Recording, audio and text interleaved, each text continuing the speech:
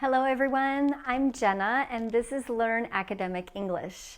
On this channel, I help English learners like you who want to take their language to the next level. In today's lesson, I'm going to give you a simple but important pronunciation lesson about homophones. Homophones. What are homophones? Homophones are words that have different spellings but the same pronunciation. Homo means same and phone means sound. So these are words that have the same sound. There are many more homophones in English, but today I'm going to be sharing just some of the most common ones with you.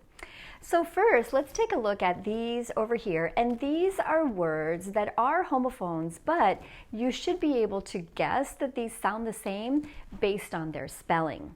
You know that words that have double E sound like E, and most words that are spelled with EA also sound like E. So we have meat and meat. C and C. They sound exactly the same. There are other ones like beat and beat, but I'm sure you can think of more. The next ones are hair and hair. This word hair is not very common. It means rabbit, but these words sound exactly the same. The next one's 8 and 8. Again, based on the spelling, you should be able to predict that these sound the same. However, not all words that are spelled like this sound like A. For example, the word height. However, here with the E, this A is going to sound like A, and most words that are spelled like this are going to be pronounced with A as well. So we have 8 and 8. Next, wait and wait. Similar situation. And finally, pour and pour. Now, this word pour is an example of a word that probably sounds different in British English. Some people pronounce this word pour, so that one might not be a homophone pair in some types of English, but in the US, most people say these exactly the same, pour and pour. Okay, next, let's move over to some ones that are a little bit trickier. We have hour and hour. Here, the H is silent, so these words sound exactly the same. Next, flower and flower. Wood and wood. Notice that the L here is totally silent. Wood, wood. If this vowel is hard for you, please check out my other video that I have all about the and vowels. Where and where. Through and through, the past tense of the verb throw. And we have here 3 words that sound the same, for, and for. This meaning of for is like your forearm or something that's in the foreground. Okay, in the next ones we have a category that are even trickier or maybe more unexpected. Sun and sun. So even though we have 2 totally different vowels, these sound exactly the same. One and one.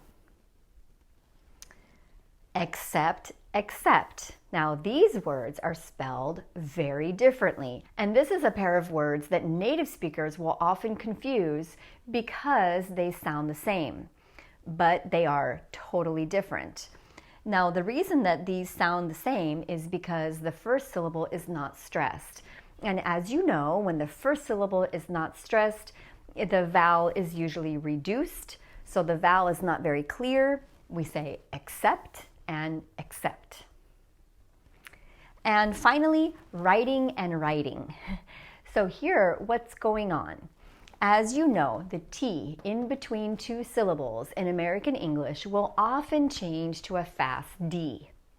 This happens when the syllable before is stressed.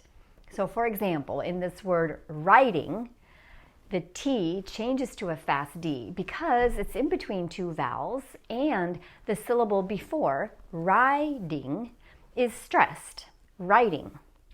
And as a result, it sounds the same as writing.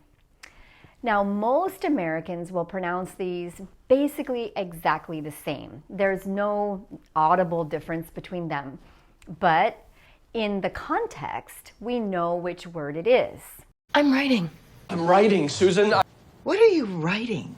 I was riding a horse.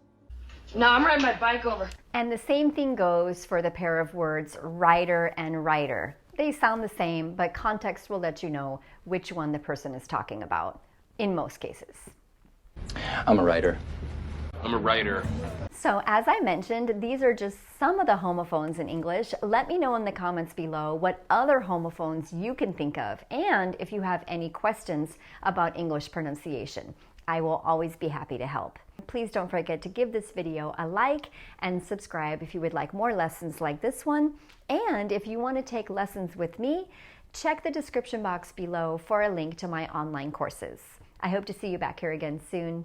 Take care.